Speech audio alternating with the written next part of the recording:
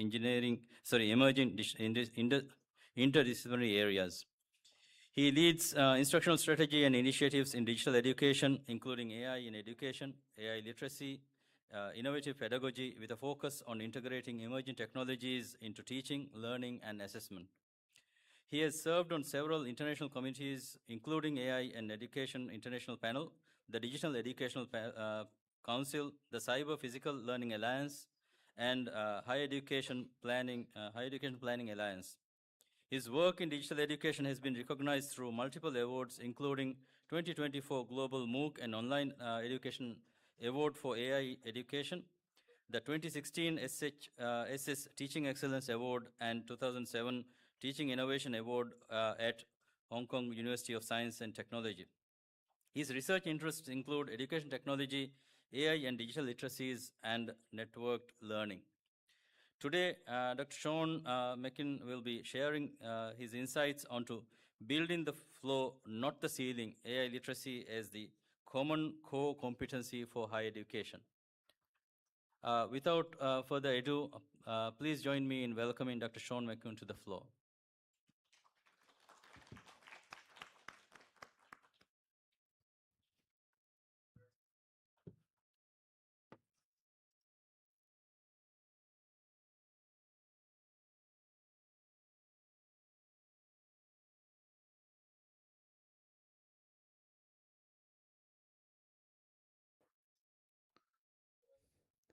Oh, there we go. Startled myself. Yeah. Good morning, everyone. It's a pleasure to see you and a pleasure to be here. Thank you very much for MNU for inviting me. Today I'm going to talk about a topic that I think, am I jumping in and out? I can use it if this is.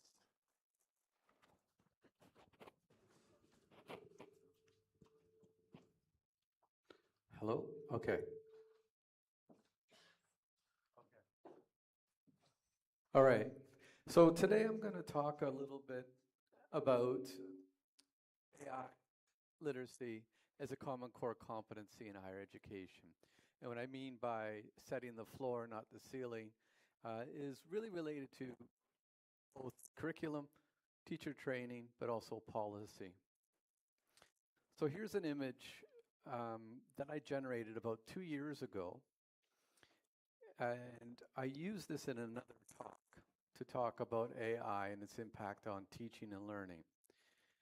And this is meant to be an image of a Hong Kong student who's now equipped with AI. And in the goggles of that student who's using AI is a reflection of a teacher terrified. Because the teacher doesn't know what to do with this phenomenon. How do I adapt? How do I handle the new changes and potential academic integrity? Now, this is 2 years ago that I presented this problem. It's still a problem today. In fact, I still hear the same conversations that I started to hear back when ChatGPT first emerged on the stage, right? This is worldwide. What I'm hearing are questions like, how will generative AI impact higher education? What are the ethical implications?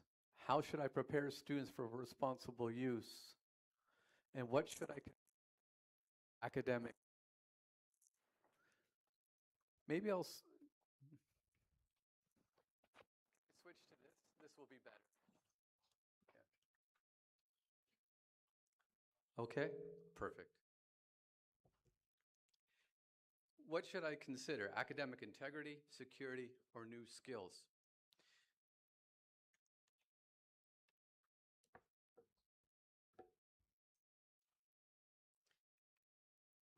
And then quite often I'm hearing institutions, they're asking, am I ready? So there's still a large debate about policy, curricula, and policy in higher education. And what I'm going to argue over the next few minutes is first we need to think about the floor.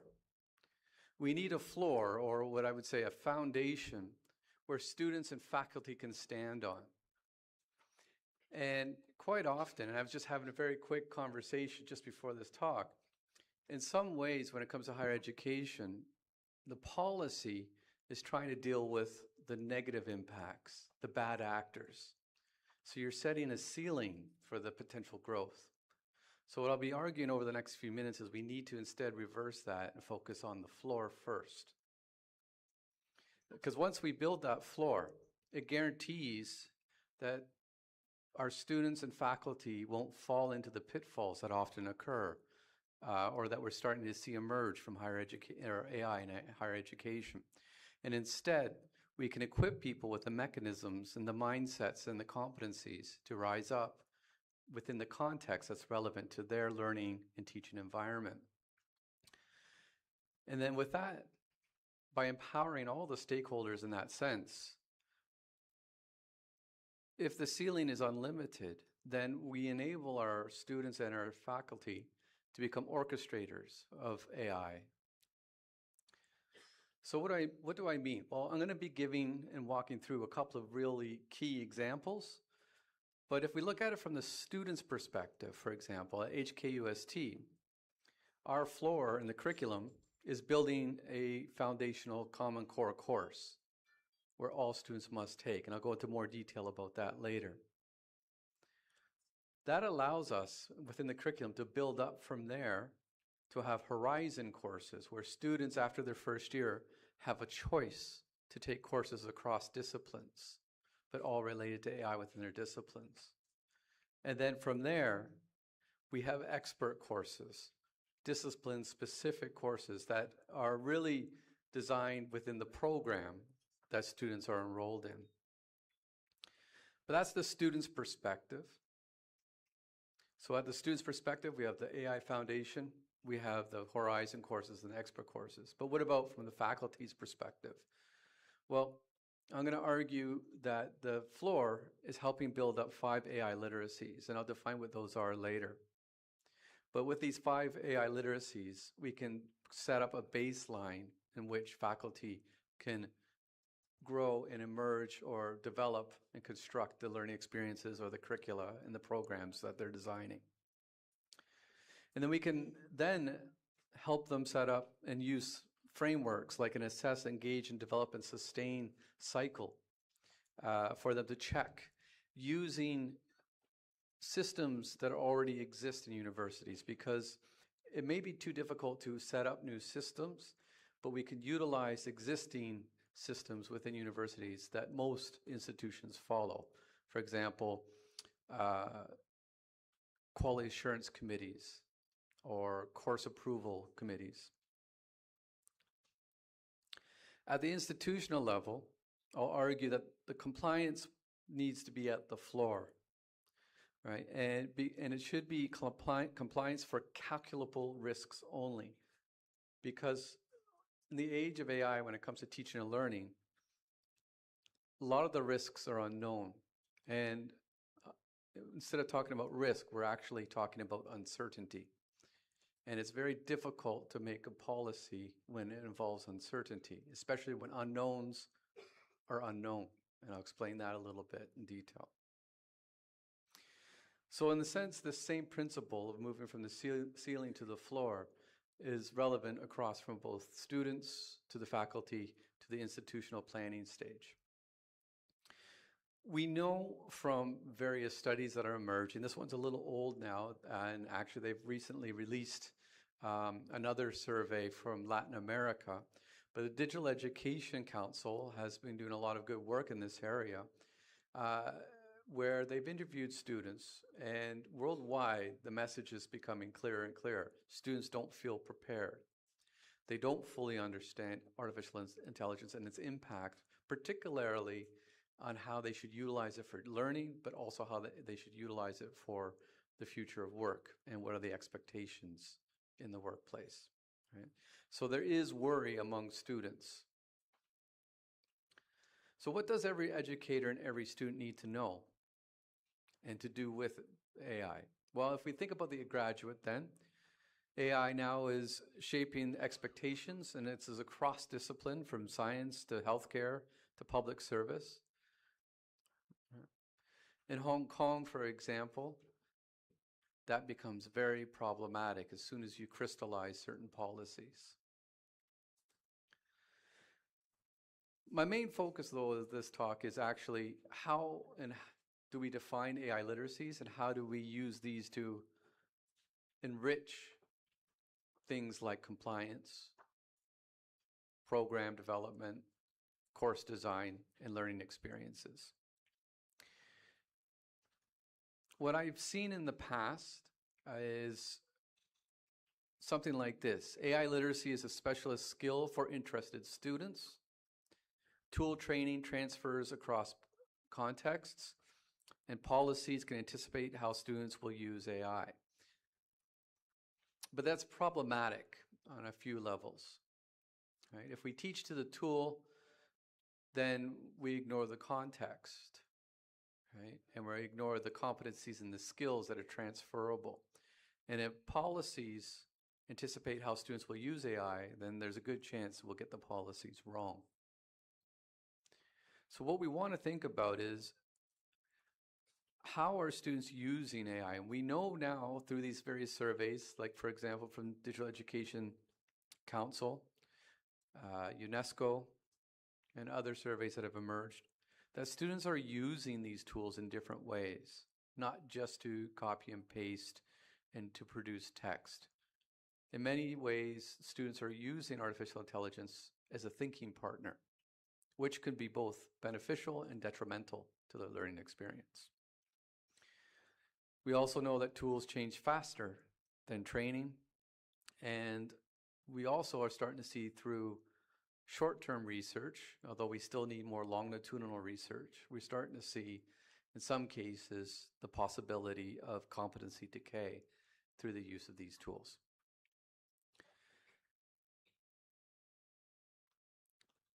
I mentioned that we need to rethink risk management, and we need to think about it as uncertainty instead of risk in the age of AI when we're talking about governing and policy making. Quite often when we develop policy to manage risk, and I'm seeing this in some cases, including my own university, we design policy around the known unknowns. So for example, we know students might use it to cheat. We know that there might be some privacy or security issues. We know that there might be bias in grading if we use AI as a grading tool, right? So in that place, universities will put in rules, controls, and compliance checklists. One of the most common checklists that I've seen when it comes to assessment are traffic light systems. And these traffic light systems are generally just a list of when AI is allowed, when it's not allowed. But I think what's starting to emerge from that is that that's not enough, and sometimes it can be confusing to students. It's not communicated well, and it might restrict design, particularly design of innovative pedagogy. It also ignores the emerging skills that students need to learn. That is human-AI coordination or orchestration, right? How do they raise their metacognitive awareness, for example, when they're using these tools? How do they become better at judgment? So they can augment efficiency, but how do they ensure that their judgment is still there to make good decisions? So these are emerging skills that didn't exist prior, or not as proliferate anyway, prior to the emergence of generative AI. So instead of thinking about risk as known unknowns, we need to think about the unknown unknowns. So we're still not sure about how wide scale these tools might create what some people are calling cognitive surrender. You might hear the word cognitive offloading quite often. I'll make an argument later that cognitive offloading doesn't always necessarily mean a negative thing. But cognitive surrender is, right? This is where I'm surrendering my thinking entirely to the machine. So just a simple example would be copy and pasting. But we also need to think of it at the instrument level and also the governance mode, perhaps at an adaptive approach. So compliance remains essential. I'm not saying that it's not essential. We need it for the calculable risks. But it becomes counterproductive when we extend it to the uncertainties that it was never designed to govern. And this is something that AI is doing at the moment. I mentioned tools are arriving faster than practice can form. So we're seeing the speed of adoption quite slow to the speed of what these technologies can do. And this is a problem when it comes to institutional licenses. I have faculty and departments come to me quite often asking, I need a license to this tool. But there's a good chance a year later that tool will become obsolete. So this becomes very difficult to govern and advise on. And we also have a narrow literacy framing. Students are asked to become AI literate through generic tool-focused skills rather than developing situated AI literacies, grounded in disciplinary, professional, or research contexts. And the key word here is situational. In fact, we should be thinking of AI literacy as more of AI literacies and not a singular competency. And because of this, the readiness gap is increasing. Sector frameworks flag the issue, but leave unresolved how communities should govern AI's reshaping of judgment and authority, for example. And we know from emerging research, as I mentioned, that it is having an impact on students' performance when it comes to learning, particularly in their critical thinking.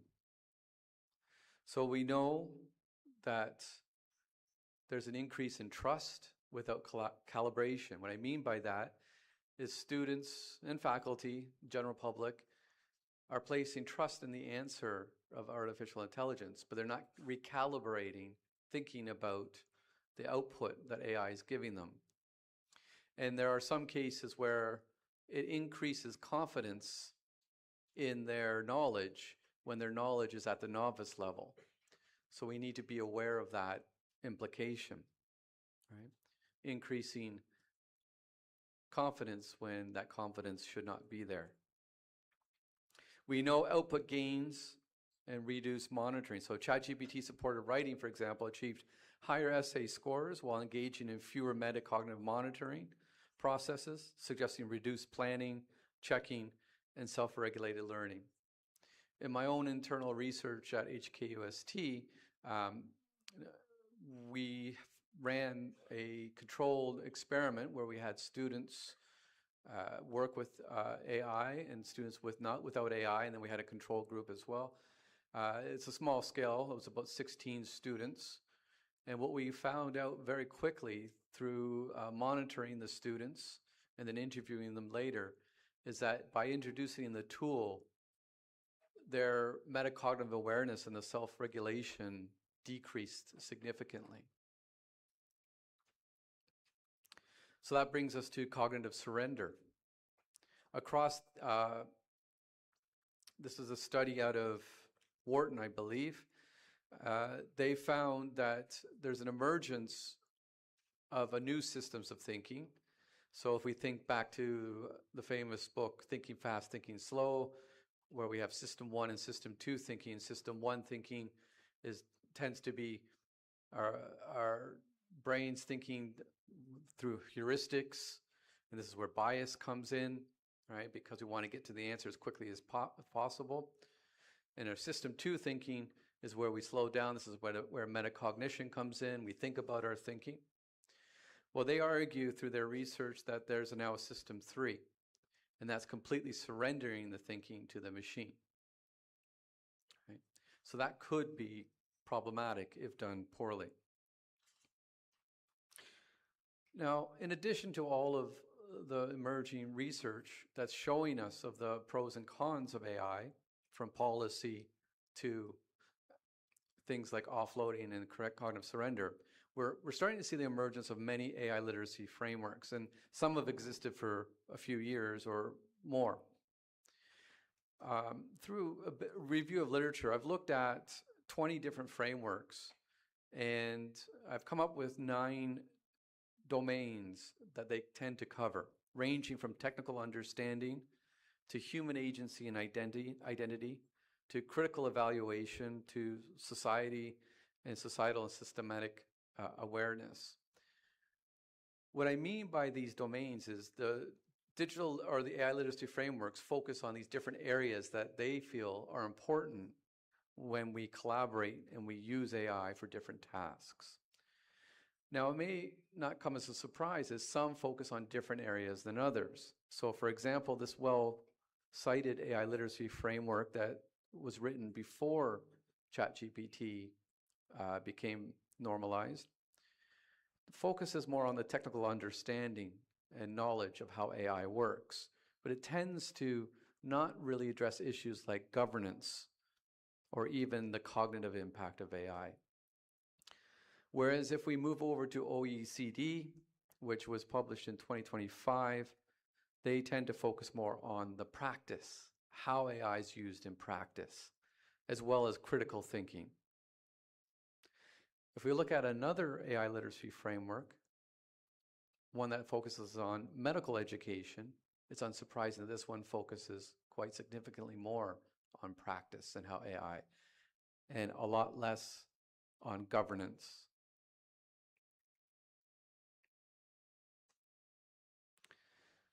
Now, what emerged from this as well, and the other research that I introduced to you, is we can think of a topology of cognitive delegation that's emerging. This is different than just cognitive surrender. And I'm choosing 5. It's not to say that these are the only ones, but these are the ones that are emerging from the studies that I've read. Constructive cognitive offloading is something that's emerging.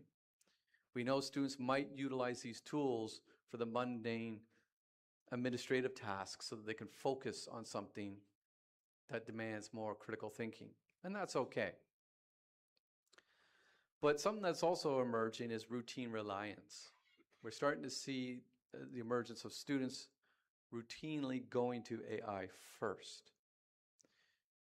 And I think a lot more studies need to be done about this, but there is the issue of if you go to AI first and then work on it, some studies are starting to emerge that show that the output or the depth of your learning and understanding would be a lot less than if you approach the topic first and then go to AI to query things.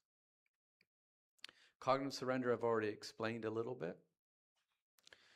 But there's also the other one that we don't talk about, and that's the disuse, the aversion. And there are students out there who say, I will not use AI. I'm against AI. It's ruining my future. So they refuse to use it. Now, this is important that we address this, particularly when we're thinking about policy as well. Because we know that AI is impacting the workplace and the future of work. So we need to address students who are not using it for whatever reason, and they're not at a disadvantage when they graduate. But finally, the other typology of cognitive delegation, what I mean by this here is enforced automation. And this is when policy, for example, will say, you must use AI in all your courses. Let's just say a hypothetical sense. Okay. Well, that policy in itself will influence the behavior of faculty and how they perform and how they design their courses, which could be very problematic. So if we think about these, we can think of 5 empowered-oriented literacies. We can think of system perception. And basically, the question is, what kind of system am I interacting with? Is it within the local system, within a national system, within a particular domain, discipline? Output evaluation, and this is here related to cognition. How was this product or the answer that I'm working with produced, and how do I check it? Values-anchored practice. Whose purpose does this use of AI serve? This is becoming increasingly important as we see commercial products emerging, or even OpenAI or Google and Microsoft. Human-centered agency. Where must human judgment remain? And how do we enable our students to be ready for that? And then governance and context. Who decides the rules, defaults, and who overrides? So let me give you some examples, and then I'll return to this. And these are examples that we are attempting at our university. Let's look at it first from the perspective of students. We have a vision at HKUST that all students will be adaptive co-creators in human AI ecosystems. It's kind of a mouthful of words, but it's what we're trying to capture. We want to make sure that students, when they graduate, they'll understand the technology, not just at the technological knowledge aspect, but also within the practice, its impact on society, and the impact on how they think and how they do things. We first tested this concept out in a pilot course where we presented it this way to students: the present and the future, and a lot of treacherous waters in between. So how do we get the students from the present to the future? Well, we need to build foundations. First, we need to build a foundation so that students understand how they learn, but they also need to understand how machines learn as well. Once they do that, they need to understand how humans think. How do we perceive the world? What are our own biases that we perform every day, right? Confirmation bias, for example, anchoring bias, heuristics. But how do machines think, right? From reinforcement learning to unsupervised learning, supervised learning, and how bias goes into how machines think. Once students understand these foundations, then we can start to build other things, like the foundational part of the road, AI and human individuals. What happens when an individual collaborates with AI? Then what happens when AI and teams collaborate? So we have groups of students working with artificial intelligence, because that's different than an individual working with AI. And then at the organizational level, what's its impact on how the organization operates?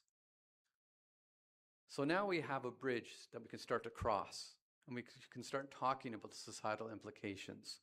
We can talk about things like post-humanism or transhumanism.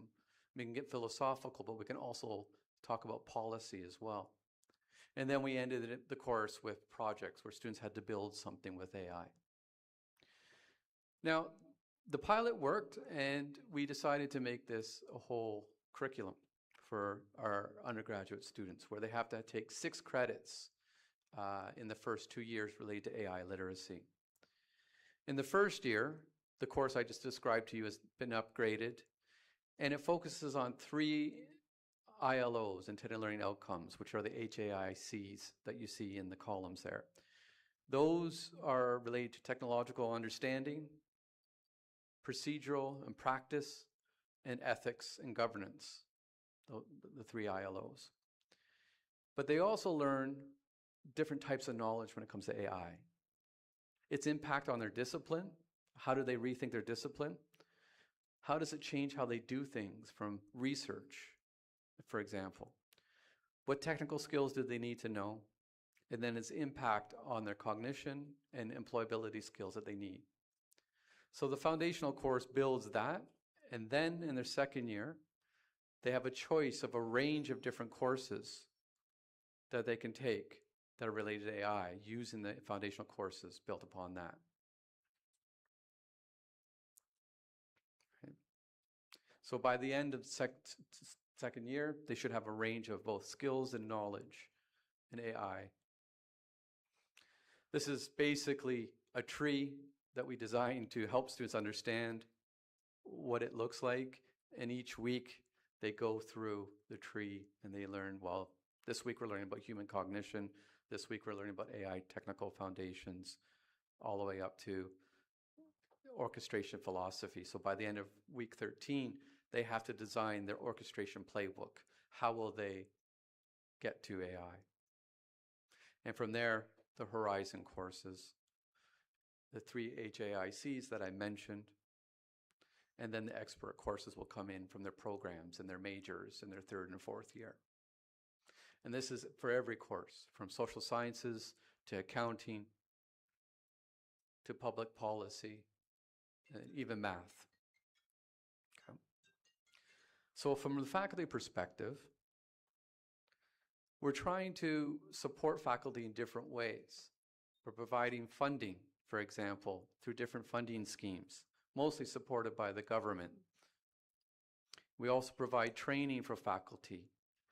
And this is all optional, but it sets up an ecosystem in which faculty then can come and learn more about AI in different ways. So to give you some examples of some recent projects that we've funded, ranging from medicine and life science to humanities and social science, and also language learning and computer science engineering.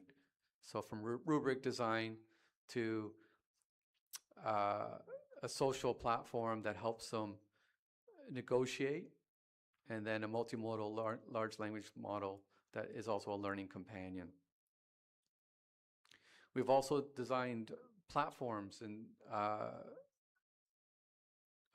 environment where we can experiment, and we have a living lab where we collect data.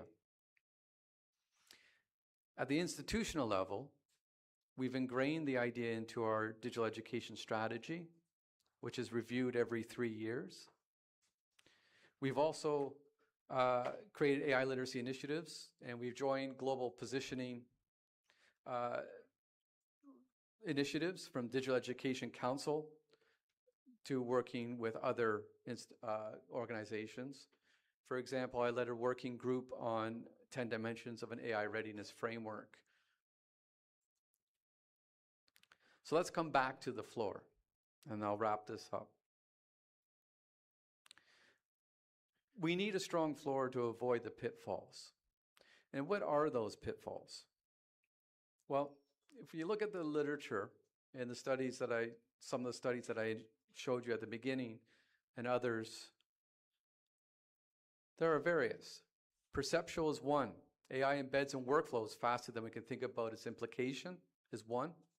Cognitive, interaction drifts towards surrender, not constructive offloading. Normative, in some cases we're seeing that institutions are more concerned about optimization targets, and that can quietly replace educational goals. Structural, over-reliance gradually erodes educator and learner agency. And then at the institutional level, governance decouples from the intended outcomes. So sometimes what I mean by that is we see that a policy was designed and might be enforced, but it's not having the impact that it was designed for, and people are doing other things, or it's not even addressing the problems that are really there. If we look at the 5 literacies that I talked about earlier, and we first look at the pitfalls, we can map those literacies to the pitfalls to help us think about how we design a curriculum, how we ready our faculty members, or set policies. And we can use, for example, the NIST AI risk management framework, which is out of the United States, and we can map that to the different stages of that framework. So for example, to help the institution think about system perception awareness, right? We can look at the different committees or the different policies that we have in place and map where the problems are, and then we can measure them, and then we can also govern them in the different stages. Professional development that scales, then we need to think about, well, we can assess baseline faculty literacies through course artifact review, engage discipline-specific scenarios that make visible delegation decisions visible. We can develop course redesign and communities of practice, for example, and we can sustain this by having these literacies embedded in our quality assurance processes, our assessment processes, our integrity policies, and so on. Right? These are systems that already exist in the university. We're just embedding these literacies into them now so that it informs how these systems might rethink things. So there's no new mechanisms here. So for example, if we look at those 5 literacies, we can develop through them. They can be assessed by, for example, system perception awareness can be faculty spot embedded AI in their course stack, or you can have audits. So for example, right now, our one campus is auditing our other campus in Guangzhou, China, and we are definitely trying to see how data and security and AI is being ensured through this audit. In respect for time, because I believe we're almost out of time, I'll just kind of wrap it up here for some questions. I want to emphasize that it's important that we don't look at policy and compliance as something that we should be focusing on the problems, because in the end, this does have a negative or could have a negative impact on how we design our courses and our teaching and learning experiences. But if we build the floor by thinking about these 5 policies or these 5 literacies and help faculty understand them through professional development sessions, grant proposals, embedded into QAC, committee procedures, course procedures, audits, and so on, that allows us to have that base, but also gives us the flexibility to grow, and that we're not focusing so much on the possible bad actors, but we're also enabling faculty and the institution to grow, because the technology itself is changing so rapidly, and what we might be doing and designing for now will become irrelevant in the very near future. So I'll leave it there for questions.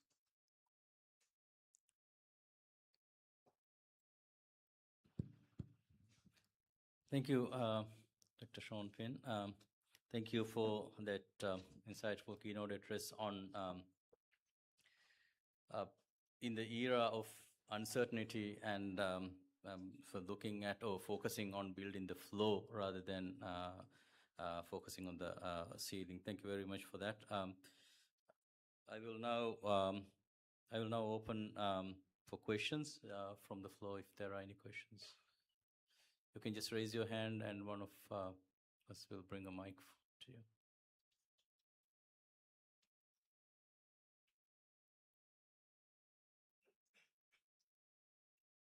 No questions? Okay.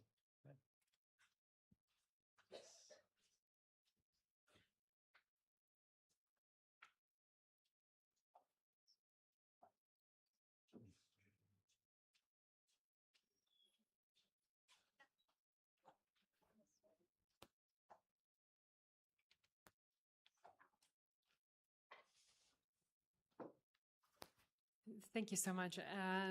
It was really great listening to your talk, and I kind of echo a lot of the sentiment that you mentioned, how ready we are. To me, what I keep thinking is, how do we raise the next generation of students, the next generation of professionals, whatever their area may be, where they are able to use AI, where they are able to use AI responsibly, but without depriving them from that curiosity and that research and that, wanting to study, wanting to find out things without relying on a partner that tells you, what is right. And from my experience, what I keep seeing, my university, is that when I look at the thesis of students, when I look at their work, it is kind of like reading the same paper over and over and over again, because a lot of them rely on AI, a lot of them, and I cannot find their voice anymore. I cannot feel the actual contribution of the student anymore. So what do you think? How can we raise that generation of students that are capable of using AI, learning the AI skills responsibly, but can still have their own voice and can still, start with the human interaction first and then use AI for the mundane task? It's a really good question. This is the initial point that has gone behind our design of this course here. This is why we begin, in fact, the very first 3 weeks of the course, we don't even talk about AI. It's an AI literacy course, and we don't talk about AI. We talk about human cognition and how we perceive the world and how we learn. And we introduce to students the concepts of metacognitive awareness. And I've been surprised. I mean, of course, this is a general comment, and it's not always true for all students. But when they learn about metacognition, they're surprised about this whole concept. And it shows us that education, particularly from K to 12, say the K to 12, has failed the students in the sense that it hasn't done a good job in teaching them how to learn, how to maintain that curiosity, how to have their own voice. So they come to university, and this is in the Hong Kong context particularly, they come just focusing on the assessments, and they come focusing on the grades and the GPA, because they haven't been taught to be self-aware of their learning and to maintain their curiosity, because it's an assessment-driven society in that sense. This is a very broad generalization. I know it's not all 100% that way. But when they learn a little bit about this, it does ignite that curiosity. So I would say we need to go before higher education. We need to rethink education at the K to 12 level. Then we get into the course of talking about its impact, right? And students start to realize, and this is through my own research at the institution, we do internal research to help inform our policy. And what I have found is a lot of students are concerned about losing their voice, right? The ones that we've interviewed. They just don't know how, right? And you'll hear comments like, well, the assessments are so important. It's worth 30% of my final grade. I got to get that GPA. I have so much pressure. My workload's incredible. There's an easy tool to help me through it, so I'm going to get through it so I can get that better grade. So it's partial environment, partial culture, and it's partial curriculum design in that sense. Getting down to your question about assessments, this is a worldwide problem, and I don't have an answer for that, right? How do we measure assessment to make sure it's a student's work? Well, we need to rethink about our assessment design. There's a lot of great work coming out of Australia from Danny Liu. He's done a lot of excellent work in this area, and Jason Lodge, where they've talked a little bit about redesigning assessments and bringing in oral work. But of course, now we have to worry about AI glasses. And so, as I mentioned, policy can't keep up with the change of the technology. Now, it's still pretty easy to identify the AI glasses because they'll have the thick rim. If they turn their head, you can see the reflection a little bit, right? And you'll see weird behavior as they use it, right? Because they have to tap on the side of the lens in order to scroll.